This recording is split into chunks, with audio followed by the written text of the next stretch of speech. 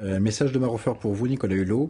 Plutôt que d'instaurer la taxe carbone, véritable impôt insupportable pour les classes de la population les moins aisées, peut-être aurait-il fallu, en planifiant cela sur 5 à 10 ans, proposer de remplacer la voiture de chaque ménage dite polluante par une voiture électrique. Oui, enfin, il faut bien comprendre que pour faire face aux enjeux climatiques, il n'y a pas une solution qui sera miraculeuse. Donc il y aura un ensemble de dispositifs, des dispositifs fiscaux, des dispositifs normatifs, des nouvelles technologies, voilà. Alors il faut bien comprendre que si la personne en question ne voit simplement la taxe carbone que comme un impôt nouveau, je comprends qu'elle soit un peu agacée et je le serai également. Il est clair que dans le dispositif que nous avons défendu et qui sera je le pense, adopté dans le débat parlementaire, c'est bien à pression fiscale égale. Donc l'idée, c'est que plutôt que de taxer sans arrêt le travail, comme on l'a fait jusqu'à aujourd'hui, ça paraît plus normal de taxer les impacts énergétiques ou les impacts environnementaux. Donc c'est bien un déplacement de la fiscalité.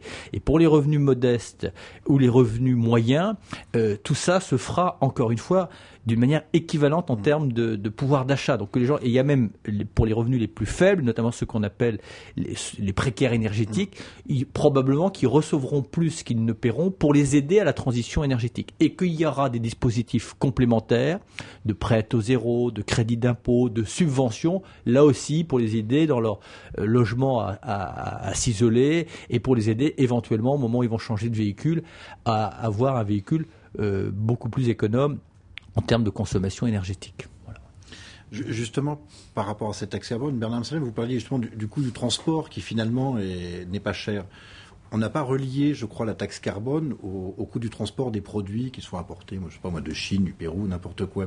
Est-ce que vous pensez qu'on a loupé une occasion justement de marquer un grand coup Moi, je pense qu'on n'a rien loupé. On a démarré quelque chose, on a démarré un processus, on a démarré quelque chose qui est une prise de conscience du fait que émettre du CO2, ça a des impacts et ça concerne chacun d'entre nous. Donc au fond, c'est une première étape et moi je trouve que cette première étape est absolument indispensable. Il faut qu'elle s'installe et après on réfléchira sur les conditions de développement parce qu'évidemment une taxe carbone au niveau où elle est, c'est insuffisant. Donc il faudra effectivement augmenter cette taxe carbone et il faudra regarder dans quelles conditions. Et à ce moment-là, on pourra traiter des démarches comme celle à laquelle vous faites allusion.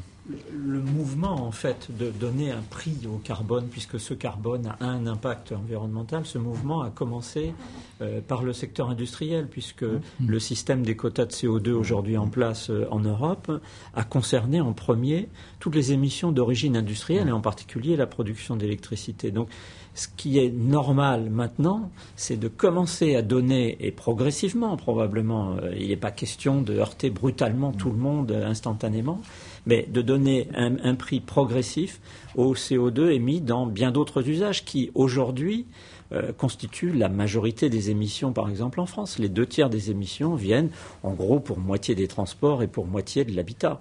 Donc, donner un prix progressif au carbone, c'est donner le signal qu'il faut changer nos habitudes, consommer l'énergie autrement, isoler mieux nos maisons, changer nos modes de transport.